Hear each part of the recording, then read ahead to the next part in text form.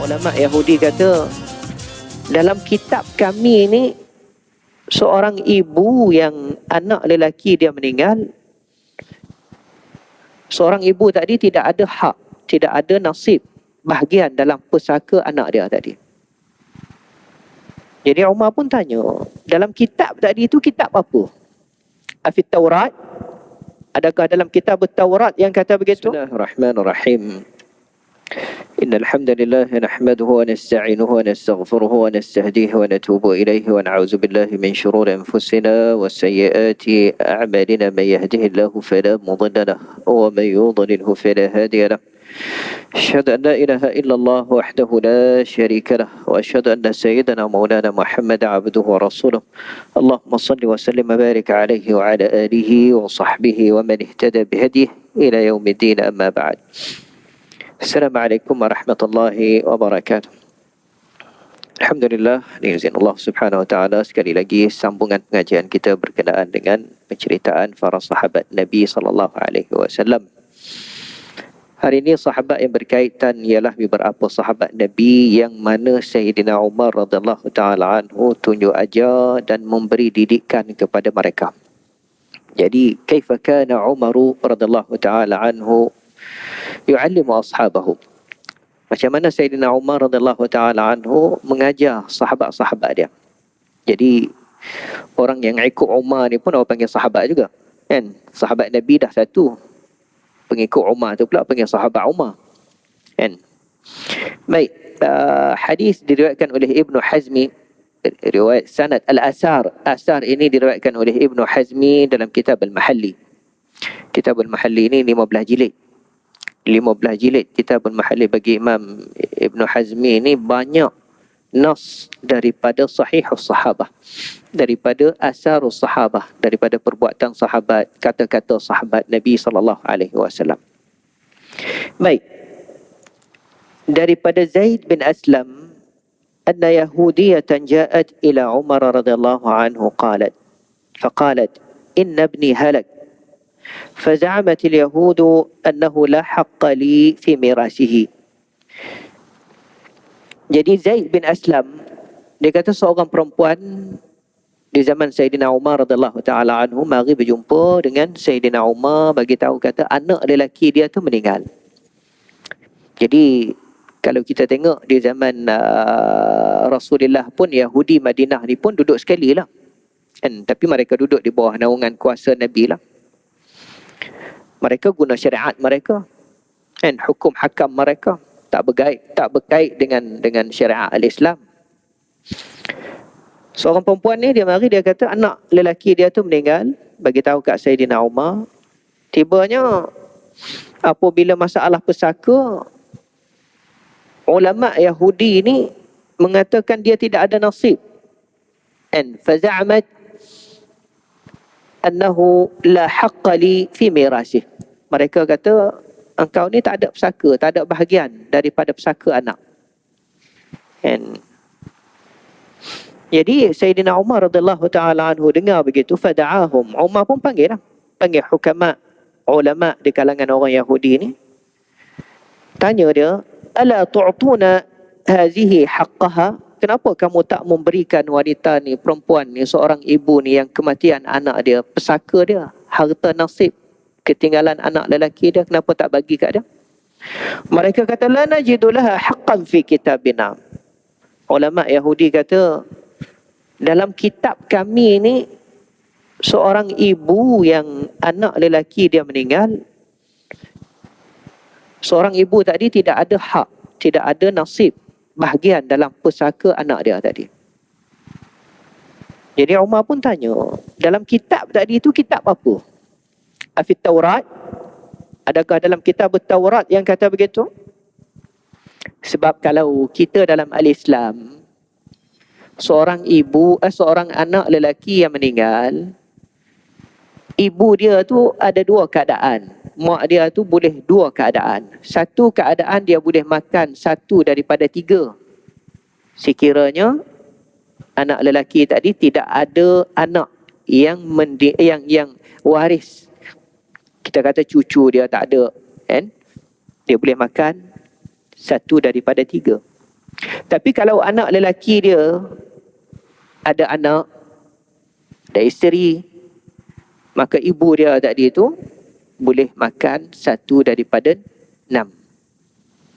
And itu yang ditasyri' kepada syariat Nabi Muhammad sallallahu alaihi wasallam. Tapi ini masalah syariat Banu Yaqub. Syariat Banu Israel ni dia kata tak ada. Ulama dia kata tak ada. Dalam kitab kami tak ada. Sebab tu kami tak bagi. Umar pun tanya, dalam kitab apa yang kata tak ada tadi? Afit Taurati, dalam kitab Taurat? Qalu bala. Tidak. Bal fil muthannati. Setengah ulama dia baca al-muthannat. Setengah dia baca al-musnad. And itu atas pentafsiran. Sebab al-muthannat makna 2. And Umar pun tanya, wa mal musannad? Apa dia al-musannad itu? Qalu kitabun katabahu aqwamun ulama wa hukama. Kan? Orang Yahudi kata kepada Sayyidina Umar, hukum tadi bukan dalam kitab Taurat, tapi ada dalam al-musannad. Umar pun tanya, apa dia al-musannad? Dia kata al-musannad ini satu kitab yang dikumpul oleh para ulama dan hukama di kalangan orang Yahudi zaman dahulu. Baik, sebelum kita hurai masalah ni, orang Yahudi ni dia kitab Taurat. Selain daripada kitab Taurat ni, dia ada syarahan dia, pentafsiran dia. And di kalangan ulama Yahudi ni yang mentafsirkan kitab Taurat. Syarahan dia, pandangan dia. Kemudian syarahan ni lah orang panggil al-muthannat. Tapi apabila dikumpulkan jadi satu, itu orang panggil at-Talmud. Dan apabila dikumpulkan secara keseluruhannya jadi satu, orang panggil at-Talmud. Jadi kaedah orang Yahudi, apabila masalah mereka berceranggah, ta'arud, berlawan. Yang dalam kitab Taurat kata begini, yang al-musnad kata begini, iaitu syarahat daripada hukama dan ulama dia. Mereka ketepikan kitab Taurat, mereka guna al-musnad.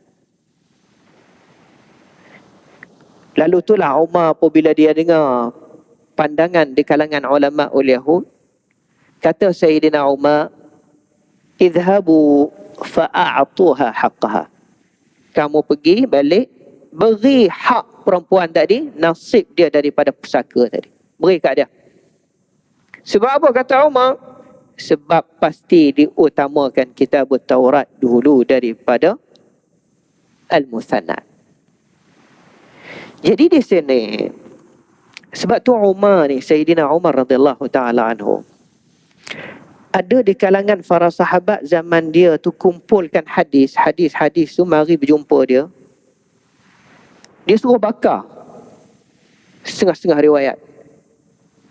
Sebab Umar takut yang mereka bawa daripada hadis ni bukan yang benar daripada syarahan Nabi SAW.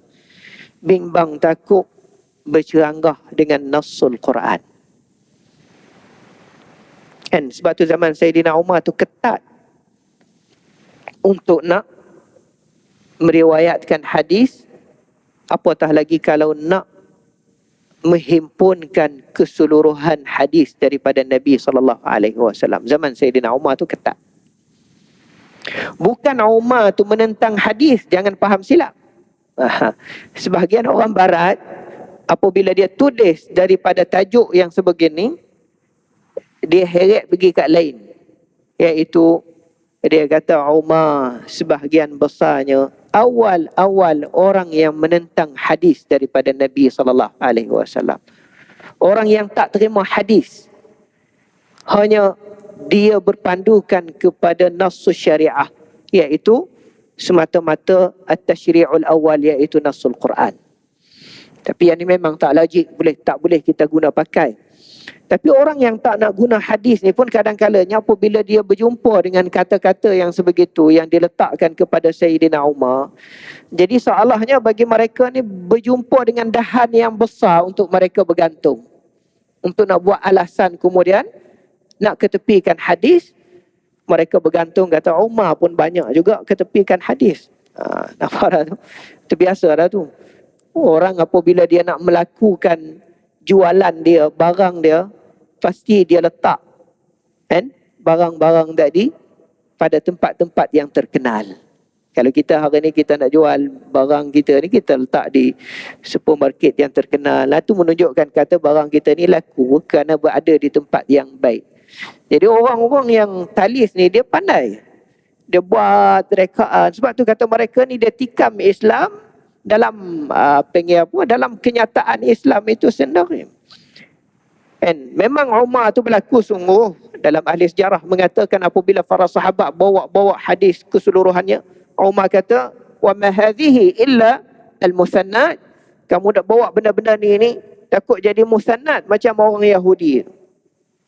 And sebab tu kita hari ni dia kata-kata ulama ni bukan tak boleh pakai ulama, jangan faham silap.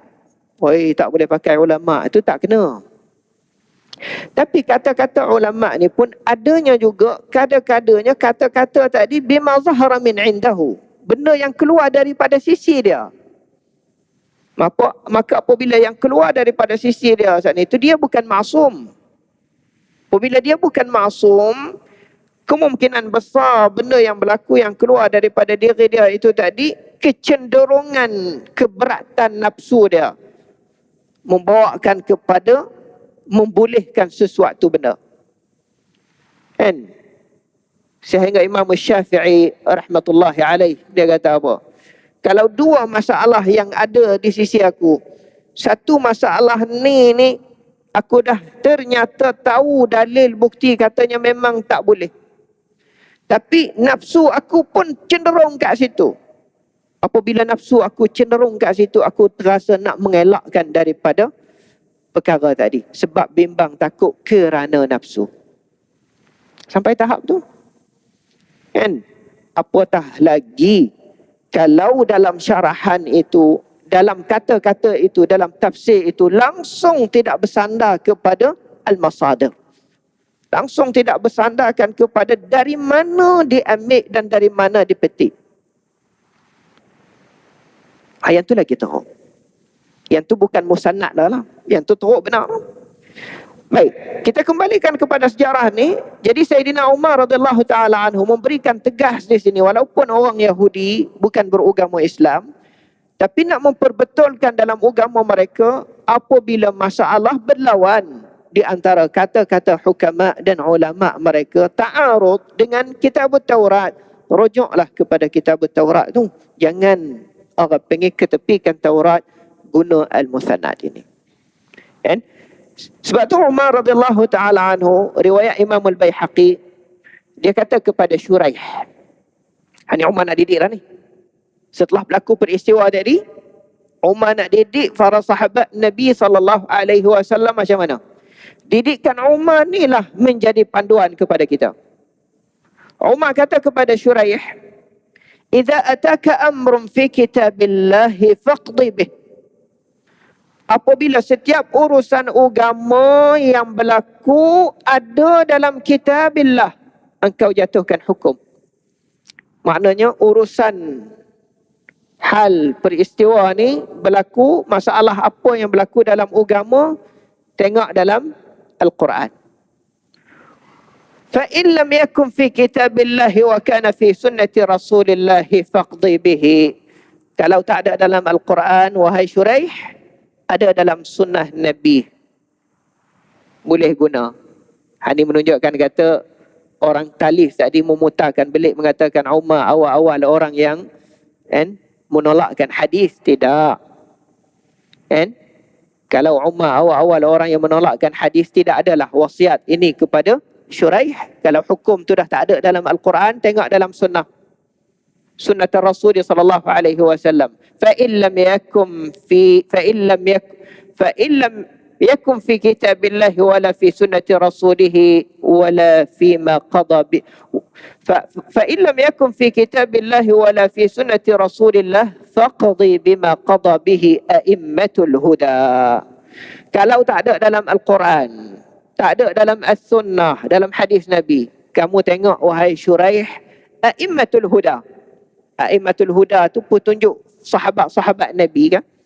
Takkan Nabi kata ashabi kan nujum, sahabat aku ni seperti bintang. Walaupun hadis ni ada orang yang mempertikaikan pangkat dia, tapi nak membuktikan maksud maknanya, kalau hukum ni tak ada dalam Al-Quran dan As-Sunnah, tengok perbuatan sahabat-sahabat, kata-kata sahabat yang alim di kalangan mereka ni, apa kata-kata mereka dalam masalah ini.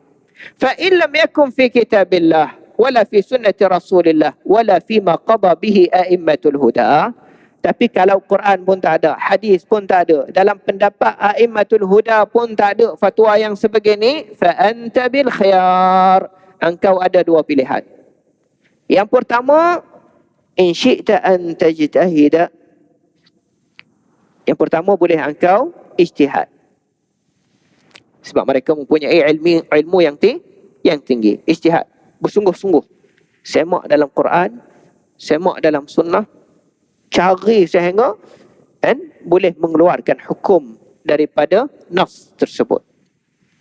Ijtihad sungguh-sungguh. Yang kedua, wa in syi'ta, boleh juga pilihan yang kedua, an tusyirani, bermusyawarat dengan aku. Tanya dia, ni masalah ni begini macam mana, masalah ni begini macam mana. Jadi di sini, sebab tu kalau kita kata apa, saya nak ikut tok guru semata-mata, saya nak ikut tok guru semata-mata, apa tok guru kata, itulah yang saya pegang. Tapi kalau kita kata ayat tu dah elok dah. Apa yang tok guru kata, itulah yang saya pegang. Elok dah pun ayat tu. Tapi lebih elok lagi, kita tambah sedikit. Selama mana guru kami ni tak berceranggah dengan Quran dan sunnah. Nampak tak tu?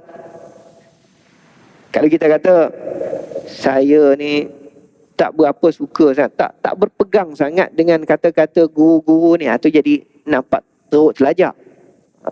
Jadi nampak macam orang panggil tak kenal ilmu, orang panggil.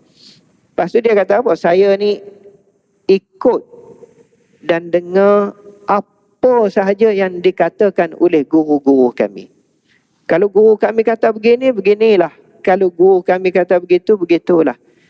Tapi selama mana guru kami ni tak berceranggah dengan nasul Quran dan nasul sunnah, cukup lah. Jadi maknanya kita ikut ulama. Pada masa yang sama, ulama yang tak berceranggah dengan nasul Quran dan nasul sunnah dan ijma'ul ummah, tak berceranggah. Jika tidak, kita akan jadi macam Yahudi tadi nam. Apabila setiap masalah yang diberikan oleh hukama dan ulama yang dikatakan al-muthannat, yang akhirnya dijadikan at-Talmud, apabila masalah itu berceranggah dengan nas Taurat, mereka dahulukan yang ni dulu, utamakan yang ni dulu. Itu dia tak boleh. Kan? Sebab tu kalau kita kata apa? Sabit riwayat, Tok Guru kami berkata, ada seorang wali itu hidup dia dalam tempoh 40 tahun dengan wuduk yang satu. Dia ambil wuduk sekali je. Guru kami berkata, ada tok wali zaman tu, wuduk satu tu boleh tahan sampai usia 40 tahun. Dalam tempoh 40 tahun. Kita pun riwayat tadi kepada orang lain, kata guru kami, dia kata, saya percaya kepada guru kami ni, percaya sungguh. Tapi dah guru kami kata begitu, kena yakin dan kena percaya. Iaitu ada seorang wali itu, dia boleh orang panggil jaga wuduk dia dalam tempoh 40 tahun dengan wuduk yang satu. Tapi kita kena percayalah, dia kata, sebab guru kami yang kata ni. Baik. Kalau ikut apa yang kita belajar, yang diajarkan oleh para sahabat, biar kita ambil benda tadi itu ihtimal lain. Dua ihtimal. Ihtimal yang pertama, mungkin kisah tu berlaku sungguh dan tepat sungguh. Cuma mungkin pentafsiran itu dah jadi silap dengar. Silap dengar macam mana? Kalau tok guru engkau tu orang siqah sungguh, dia ambil daripada orang tu, dia ambil daripada orang tu, dia ambil daripada orang tu, la natahimuhum, kita tak nak memburukkan siqah kepercayaan mereka. Tapi kemungkinan cerita ni ada pembetulan sedikit. Apa dia?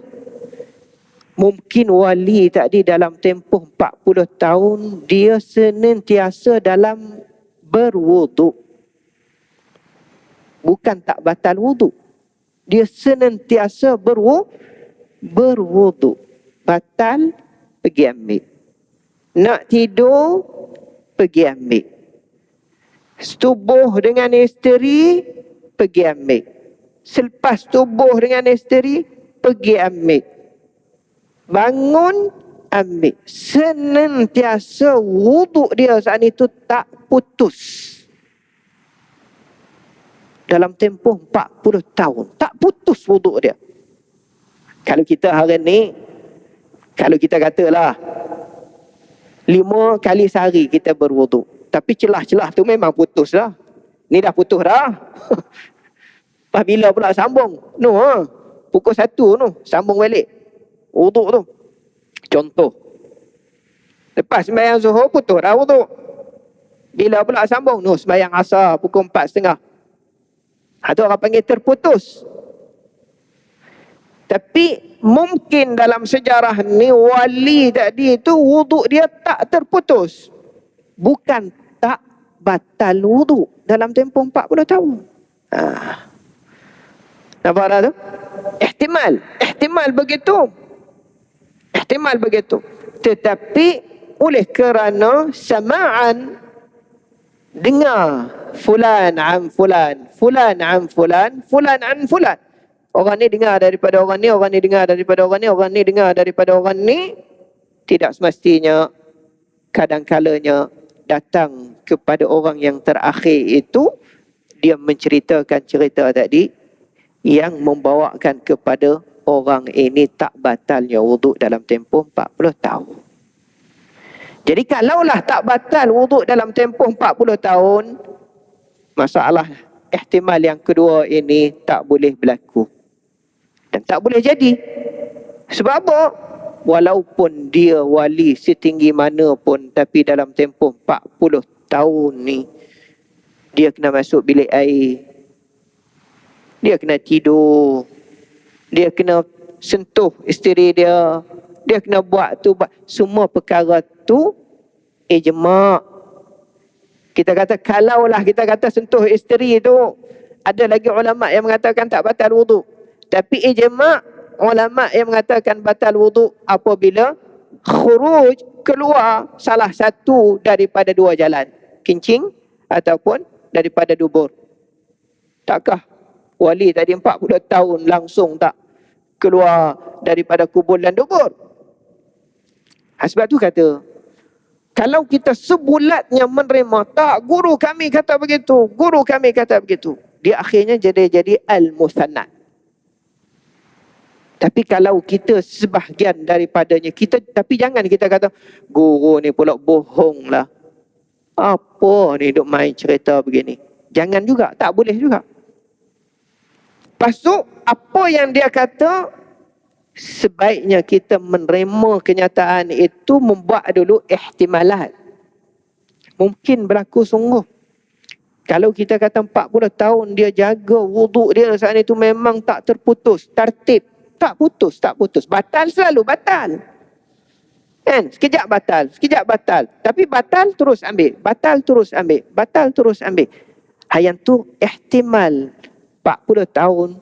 Mungkin tak mustahil bagi orang yang dekat dengan Allah, dia boleh jaga wuduk tersebut.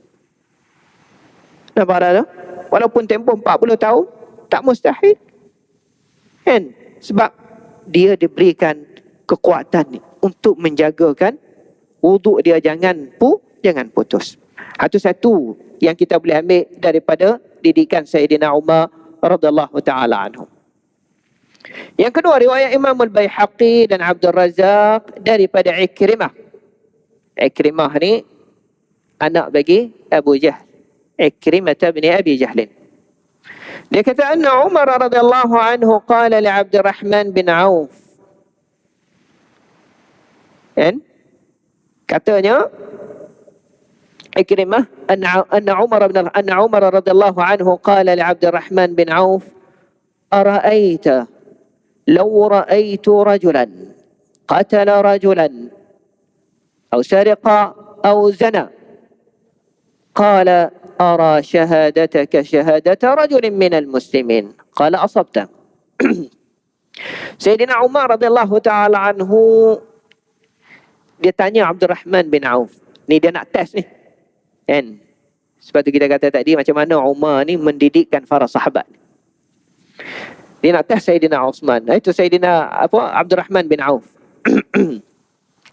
Dia kata, wahai Abdurrahman bin Auf, aku ni sebagai Amirul Mukminin. Dia ni Amirul Mukminin, Umar ni. Tapi kalau Amirul Mukminin ni dia tengok seorang, dia tengok dengan mata dia, orang ni bunuh orang ni. Amirul Mukminin ni orang lain tak ada, tapi dia sebagai Amirul Mukminin, dia tengok dengan mata dia sendiri orang tu bunuh orang tu, ataupun orang tu bercuri. Amirul Mukminin nampak dengan mata, ataupun Amirul Mukminin nampak orang ni berzina.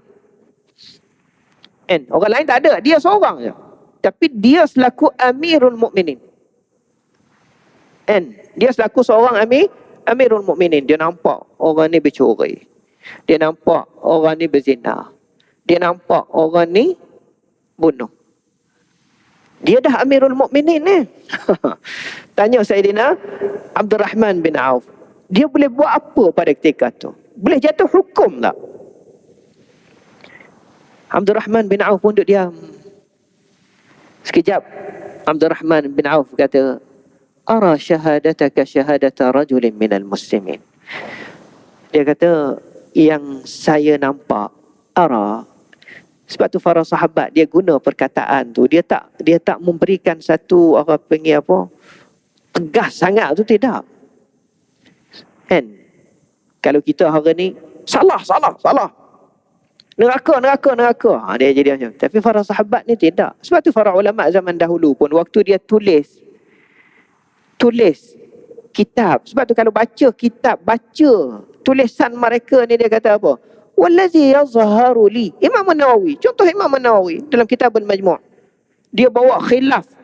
Orang ni kata begini, orang ni kata begini, orang ni kata begini, orang ni kata begini. Tapi dia nak mencerminkan kata dia ni sebahagian daripada mereka ni juga yang berselisih pendapat. Wallazi yazharu li. Tapi yang terasa nyata bagi aku, nampak cerah bagi aku, laluan ni. Mazhaba ilaih. Pendapat ni. Apa arah tu?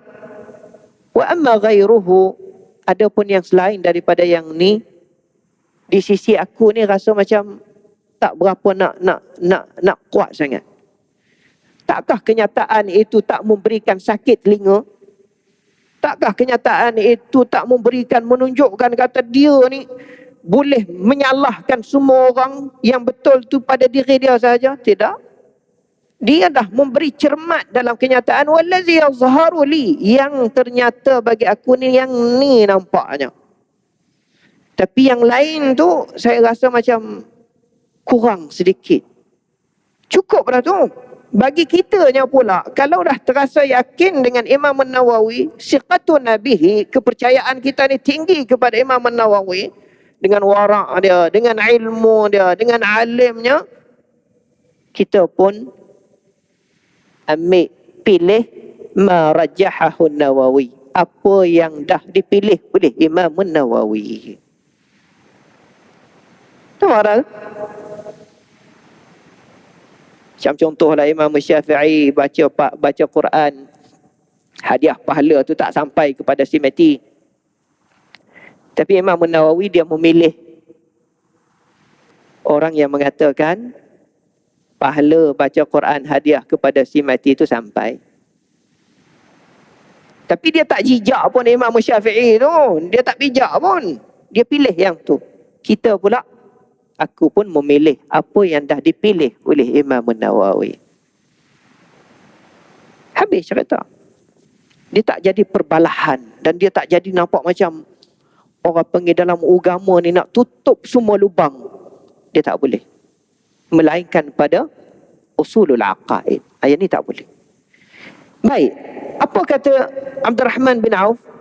Ara, yang aku nampak ni, masalah yang ditanya oleh Amirul Mukminin ni, syahadataka syahadata rajulin minal muslimin. Amirul Mukminin pada ketika tu boleh jadi saksi je, seperti mana orang lain jadi saksi. Tak boleh jatuh hukum. Maksudnya kena adanya lagi 3 orang yang lain yang boleh menyaksikan perkara tadi, yang boleh jatuhkan hukum. Semata-mata kedudukan dia Amirul Mukminin, dia tengok orang ni curi, orang lain tak ada, dia dah boleh nak jatuhkan hukum. Soalnya begitu? Tidak. Abdul Rahman bin Auf kata dia pada ketika tu dia anggapkan 1 orang daripada saksi. Maknanya kalau dia nak bawa kes tu pergi mahkamah, dia pun salah seorang daripada saksi. Maknanya walaupun mahkamah pada ketika tu duduk di tangan dia, dia Amirul Mukminin, kuasa ada penuh di tangan dia, dan dia nampak dengan mata kepala dia. Tapi oleh kerana perkara tadi, walaupun dia kedudukan dia sebagai Amirul Mukminin pada ketika tu, tapi saksi tadi tak ada orang lain, hanya ada dia seorang, maka dia dianggapkan salah seorang daripada saksi ramai. Maknanya tak cukup. Kalau nak dijatuhkan hukum tadi, kena buktikan dengan saksi lain. Dia tak boleh. Amirul Mukminin kata, tak perlu dah saksi. Tak perlu dah saksi. Tak perlu dah orang lain. Sebab aku dah Amirul Mukminin. Tak boleh dia kata begitu. Itu kata Sayyidina Abdul Rahman bin Auf berkenaan dengan cubaan yang disoalkan oleh Sayyidina Umar kepada dia. Kan? Itu satu riwayat. Riwayat yang lain, wa fi riwayatin, ni Umar dengan Abdul Rahman juga. Dia kata, ara'aita law kunta antal qadi summa absarta insanan ala haddin akunta muqiman alaihi al-hadda? Qala la, hatta yashhada ma'i ghairi. Riwayat yang lain, Umar tanya Abdul Rahman bin Auf, tanya terus, wahai Abdul Rahman bin Auf, kalau engkau dilantik jadi qadi, ketua hakim lah, engkau ni jadi qadi, tibanya engkau sendiri nampak orang ni buat sesuatu benda yang dah boleh jatuhkan hukum had. Iaitu macam tadi lah, engkau qadi, tiba-tibanya engkau lalu kat laluan ni berjumpa dengan seorang tu, dia dah bercuri, tak ada orang lain, engkau seorang. Akunta muqiman alaihi al-had? Umar tanya Abdul Rahman bin Auf, engkau nak jatuhkan hukum kat dia sebab engkau qadi ni, tapi yang nampak engkau seorangnya, kan? Tak ada orang lain yang nampak. Kata Abdul Rahman bin Auf, la, tak, aku tak akan jatuh hukum kepada dia hatta yashhada ma'i ghairi, sehingga ada orang lain yang sanggup menjadi saksi dan melihat perkara tersebut. Daripada 2 riwayat tadi, kata Umar, asabta, yang ni lah yang tepat, yang betul. Yang ni yang tepat dan yang betul. Bermaksudnya dalam riwayat ini, Umar nak bagi tahu kepada para sahabat dia, kepada rakan dia, kepada kawan dia, daripada sudut hukum, alla ya'khuzal imamu bi'ilmih wala bizannih wala bisyubhatih. Seorang yang ada kuasa, dia tak boleh menjatuhkan hukum kerana pengetahuan dia semata-mata. Dia seorang. wala bi dhannihi, dan tak bolehnya juga dengan sangkaan dia semata-mata, wala bi syubhati, apatah lagi dengan syubhah, dia tak boleh menjatuhkan hukum. Pastikan dengan qara'in, dengan dalil yang kuat yang boleh membuktikan kata seorang tadi itu salah. Kan? Logiknya, kalau benda tadi ditanyakan kepada Banu Israel, kan? Mereka kata apa? Sesiapa di kalangan orang yang dah berkuasa, kan? Dalam Al-Musannad, dalam ataupun orang baca, yang saya baca ni Al-Musannad, setengah orang baca Al-Masnad. Dalam Al-Musannad tu dia kata apa? Al-Hakimu awil wali, Tok Hakim tadi ataupun orang yang ada kuasa tadi, apabila dia sendiri boleh melihat dengan, nampak dengan mata kepala dia, perbuatan salah orang tu buat, dia terus pegang, jatuh hukum. Dia terus pegang, jatuh hukum. Sebab apa? Sebab dia dah ada kuasa. Pada ketika tu dia dah ada kuasa pada diri dia, dia nampak dengan mata kepala dia, dia dah boleh jatuh orang. Tak jadi masalah. Tak perlu lagi tanya orang tu, tak perlu lagi tanya saksi, tak perlunya lagi tu, tak perlu lagi ni. Sebab dia dah kuasa. Hatu al-musannad, kata-kata asatir ataupun hukama al-Yahud.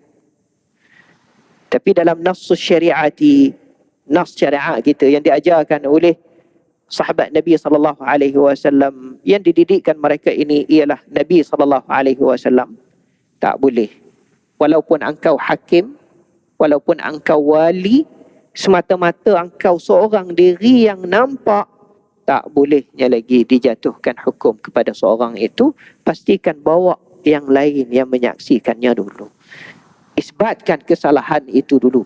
Semata-mata yang kita tahu tak boleh, apatah lagi kalau sangka, apatah lagi kalau syubhah. Itu dia tiga tu. Tahu, sangka, syubhah. Yang tahu ni pun tanpa saksi orang lain, tanpa bukti pun tak boleh. Apatah lagi kalau sangka, apatah lagi kalau syubhah. Kan? Dia kata kalau macam tu nanti Tuhan tanya akhirat nanti, aku sebagai hakim dah nampak dia buat dengan mata kepala, tibanya aku tak menjatuhkan hukum. Tibanya Allah tanya, kenapa engkau tak jatuhkan hukum kepada dia sedangkan engkau nampak dengan mata kepala? Jawab katanya, Tuhan tak tanya sebab itu bukan syariat. Yang syariat Tuhan dah ajar Nabi tadi. Nabi dah ajar para sahabat tadi. Pastikan saksi. Sebab apa? Sebab saddan lizzara'i'. Nak tutup pagar tu, bimbang takut kalau hukum ini boleh berlaku, nascaya wali-wali ataupun hakim-hakim tadi, dia boleh menjatuhkan hukum kepada sesiapa sahaja yang dia suka. Dia kata semalam aku pergi masjid, aku nampak dengan mata kepala, dia seorang duduk kat situ buat, jatuh hukum. Orang kata, mana saksi Tok Hakim? Tak apa, aku dah hakim, aku dah nampak dengan mata kepala. Esok dia bawa orang lain pula. Contoh, dia menggunakan kuasa itu tadi, menyalahkan kuasa dia. Maka Umar mengajarkan para sahabat Nabi SAW cara yang selainnya. Satu lagi, riwayat Imam Al-Baihaqi, anna rajulan min ummali Umar ahda namruqataini limra'ati Umar. Ada seorang lelaki di kalangan para sahabat Nabi, setengah kata tabi'in, dia mari beri kepada isteri Sayyidina Umar 2 sarung bantal. Kita ni kalau bantal tidur tu kan, bantal, biar orang Arab ni dia guna bantal kiri kanan berlapis, itu dia orang panggil bersandar tu. Tapi sarung dia tu, ada orang beri kepada isteri Sayyidina Umar. Bukan beri kat Umar, beri kat isteri dia. Dia pun balik. Apabila dia balik, dia tengok benda tu ada, dia tanya, ishtaraitihima, tanya isteri dia, kamu beli ke ni 2 ni? Akhbiri ni, cerita ke aku, kamu beli ke? Isteri dia kata, ba'atha bihima ilayya fulan. Tidak, Tapi ada orang bagi, dia kata. Ada orang bagi. Kan? Umar ni, dia kata apa? Qatalallahu fulanan. Qatalallahu fulanan ni maksud laknat lah. Kalau kita dia kata celaka. Kan? Qatalallahu fulanan ni kalau kita terjemah jadi kasar sikit dia, celaka orang ni. Sebab apa? Iza arada hajatan falam yastati'ha min qibali atani min qibali ahli. Kata Umar, orang ni kalau dia nak sesuatu dengan aku, tapi dia tak boleh dapat dengan aku, dia mari dengan isteri aku. Jolok isteri dia pula. Apa dah tu? Dengan Umar dah dia tak boleh masuk orang. Dia nak sesuatu benda dengan Sayyidina Umar ni, tapi dah tak boleh masuk dengan Umar ni. Umar ketat sangat. Soalnya begitu. Dia tak layan. Soalah kata dia tak layan. Dia tak makan gula tu.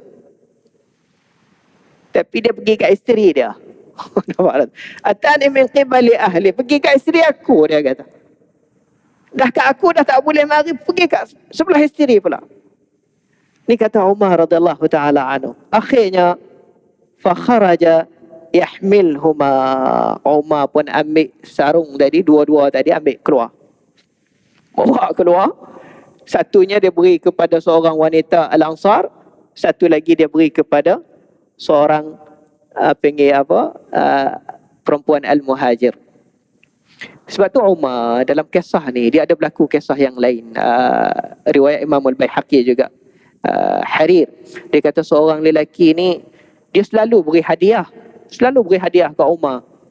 Hadiah saat ni itu merupakan orang panggil paha unta. Paha unta bukan sedikit tu, besar tu. Selalu dia nak bagi ke Umar. Umar pun selalu ambil sebab hadiah, kan? Hadiah tak ada apa. Orang bagi. Kalau bagi seekor unta pun tak apa, hadiah. Dia bagi, selalu bagi, selalu bagi. Tapi satu hari tu dia kena kes. Dia. Seorang lelaki itu yang selalu nak beri hadiah kepada Umar, panggil unta, paha unta ni, dia kena kes. Apabila dia kena kes, dia minta kepada Umar. Dia kata apa? Iqdi bainana qada'an faslan kama yufsalul fakhizu minal juzur. Dia kata, wahai Umar, selesaikanlah masalah ni seperti mana selesainya masalah paha unta tadi. daripada diasingkan paha unta daripada unta tadi. Umar lepas pada ni dia kata apa? Hadiah jangan ambil. Kalau ambil hadiah nanti akan menjadi masalah. Kena layan orang tu sampai habis. Sebab tu dalam fatwa Umar, hadiah dia kata tak boleh ambil. Sebab kes tadi asal dulu dia ambil. Sebab asal dulu hadiah tu bukannya haram ambil. Orang bagi hadiah.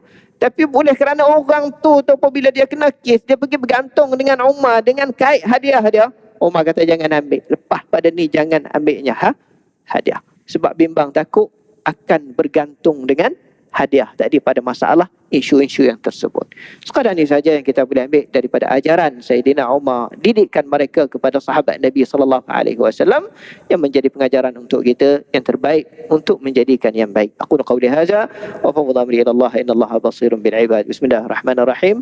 Allahumma rabbana inna nas'aluka ilman nafi'a wa qalban khashi'a wa 'amalan salihan mutaqabbala. Wa sallallahu ala Muhammad wa ala alihi wa sahbihi wasallam. Assalamualaikum warahmatullahi wabarakatuh.